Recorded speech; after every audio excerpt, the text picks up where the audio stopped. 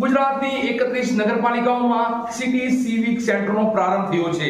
તે અંતર્ગત મહુવા શહેરમાં પણ રેડ રિબન કાપીને સક્રિય ધારાસભ્ય શિવાભાઈ ગોહિલે સિટી સિવિક સેન્ટરને ખુલ્લું મૂક્યું છે। સુવિધા સેન્ટરમાં વધારો થતા મહુવા નગરજનોમાં હર્ષની લાગણી વ્યાપી। મહુવા શહેરના સરદાર પટેલ કોમ્યુનિટી હોલ ખાતે સિટી સિવિક સેન્ટરનો પ્રારંભ થયો, જેનું વર્ચ્યુઅલ માધ્યમથી લોકાર્પણ મુખ્યમંત્રી ભૂપેન્દ્રભાઈ પટેલના વરદ હસ્તે કરવામાં આવ્યું હતું। તો મહુવામાં આ સિટી સિવિક સેન્ટરને રેડ રિબન કાપીને સક્રિય ધારાસભ્ય શિવાભાઈ ગોહિલે ખુલ્લું મૂક્યું હતું। ગુજરાતની 31 નગરપાલિકાઓમાં સિટી સિવિક સેન્ટરનું ઈ લોકાર્પણ મુખ્યમંત્રી ભૂપેન્દ્રભાઈ પટેલના વરદ હસ્તે કરવામાં આવ્યું હતું અને તે લોકાર્પણ મહુવાના ગાંધીબાગ ખાતે વિશાળ સ્ક્રીન પર દર્શાવવામાં આવ્યું હતું।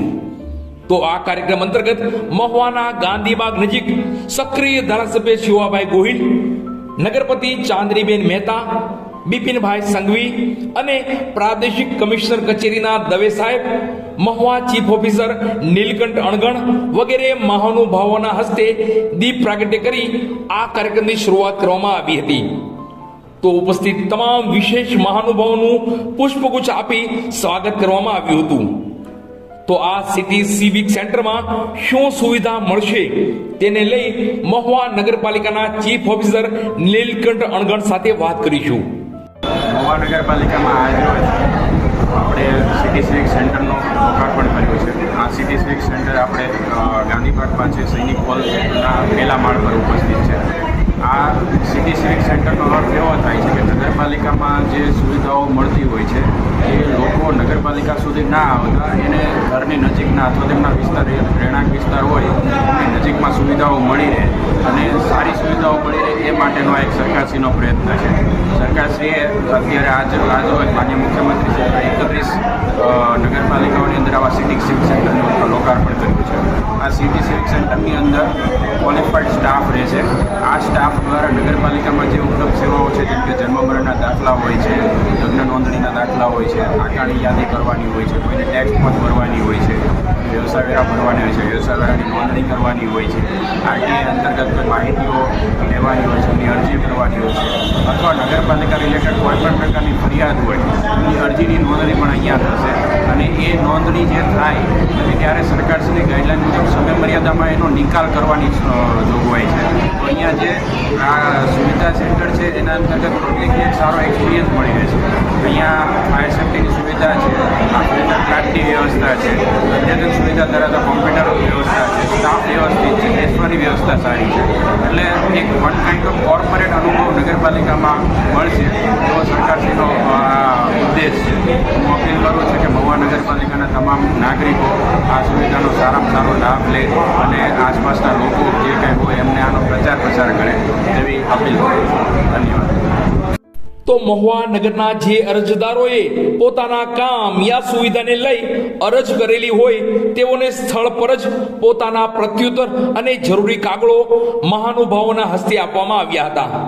સુવિધા કેન્દ્રોના ઈ લોકાર્પણ સમારોહમાં આપણા ગુજરાત રાજ્યના માનનીય મુખ્યમંત્રી શ્રી સમગ્ર ગુજરાતના 31 કેન્દ્રોમાં આજે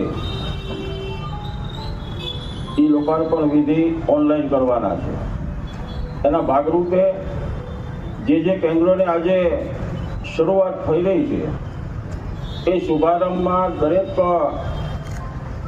પોતપોતાની નગરપાલિકા હોય કે મહાનગરપાલિકાઓ હોય એ સુવિધા કેન્દ્રના પ્રેક્ટિકલ એટલે કે આપણે આજે મહુવા ખાતે પણ આપણું સુવિધા કેન્દ્ર આપણા જિલ્લામાં મહુવા અને પાલીતાણા આજે 2 કેન્દ્રોમાં શરૂઆત થઈ રહી છે। આજનો વિષય એ આપણી દરેક સુવિધાઓ તો શરૂ હતી પણ સુવિધાની અંદર પણ આપણને થોડી ઘણી જે કાંઈ અગવડતાઓ હતી એ અગવડતાઓ દૂર કરવા માટે વહીવટી તંત્રની સાથે સાથે એમાં જે કાંઈ ઉણપો હતી એ ઉણપો દૂર કરવા માટે લોકોની વચ્ચે અનુકૂળતા સમય લોકોના શહેરની વચ્ચે સુવિધા ઊભી થાય અને અલગથી અલાયદો આપણે મહુવા ખાતે 6 જેટલા કોમ્પ્યુટર અને 8 કર્મચારીઓની આપણે આજે વ્યવસ્થા કરી છે. બાદ મહુવાના સક્રિય ધારાસભ્ય શિવાભાઈ ગોહિલના વરદ હસ્તે આ સિટી સિવિક સેન્ટરનું લોકાર્પણ કરવામાં આવ્યું હતું. તો રેડ રિબિન કાપી આ સિટી સિવિક સેન્ટરને નગરના લોકોની સેવા માટે ખુલ્લું મૂકવામાં આવ્યું હતું. ટૂંકમાં મહુવા શહેરમાં આ સિટી સિવિક સેન્ટરનો પ્રારંભ થતા મહુવા શહેરી વિસ્તારના લોકોની સુવિધામાં થયો છે વધારો અને મહુવા શહેરની મધ્યે આવેલ ગાંધીબાગ નજીક આવેલા આ સરદાર પટેલ કોમ્યુનિટી હોલ ખાતે જ મહુવા નગરપાલિકામાં મળતી તમામ સુવિધાઓ ઉપલબ્ધ થશે તે સુવિધા સાથે આનંદની વાત છે. આજે સમગ્ર ગુજરાતમાં નગરપાલિકાઓ અને મહાનગરપાલિકાઓની સુવિધામાં વધારા માટે ગુજરાત રાજ્યના માનનીય મુખ્યમંત્રી ભૂપેન્દ્રભાઈ પટેલે બાલાસિનોર ખાતેથી જે શુભારંભ કર્યો છે નગરપાલિકાઓના સુવિધા કેન્દ્રો શરૂ કરવાના, એમાંના ભાગરૂપે ભાવનગર જિલ્લામાં પાલિતાણા તથા મહુવા ખાતે પણ આજે શુભારંભ થઈ રહ્યો છે.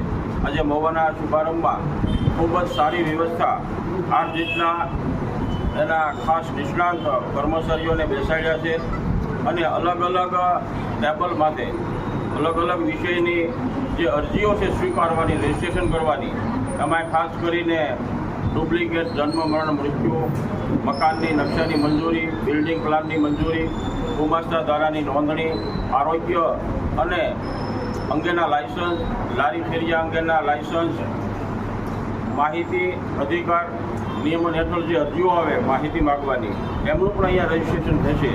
હવે બહુવિધ સુવિધાઓ આજથી મહુવામાં શરૂઆત થઈ રહી છે. તંત્રની સાથે આ બધી સુવિધાઓ શરૂ હતી, પણ એમાં થોડી ઘણી કાંઈ અડચણો હતી એ દૂર કરવા માટે અલાયદી વ્યવસ્થા જે રાજ્ય સરકારે સમગ્ર રાજ્યની શરૂઆત કરી છે, એમાં આપણા મહુવાનો પણ આજે ઉપલબ્ધ સેવા કરવામાં આવી છે.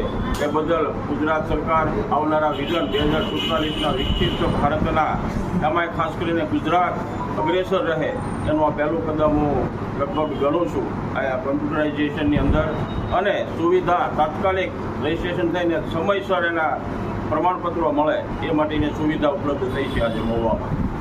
એમાં ખાસ નગરજનો ઉપસ્થિત રહ્યા છે, સૌ કર્મચારીગણ અને સૌ ચૂંટાયેલા કોર્પોરેટરો, અધિકારીઓ, પદાધિકારીઓને ખૂબ ખૂબ આભાર.